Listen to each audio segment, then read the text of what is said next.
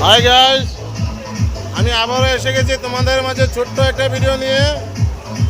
আজ আমাদের ঢিংবাজারে বাবা সমাজের দীননাথ পূজা, তাই প্রসাদ বানানো হচ্ছে, খিচুড়ি প্রসাদ। তাই কিছুটা আপনাদেরকে দেখাবো।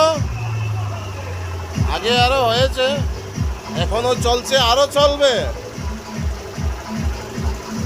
এই দেখো বন্ধুরা, খিচুড়ি হচ্ছে। দিনের ভাগে লাবড়া হয়েছিল, আর এখন খিচুড়ি রান্না হচ্ছে।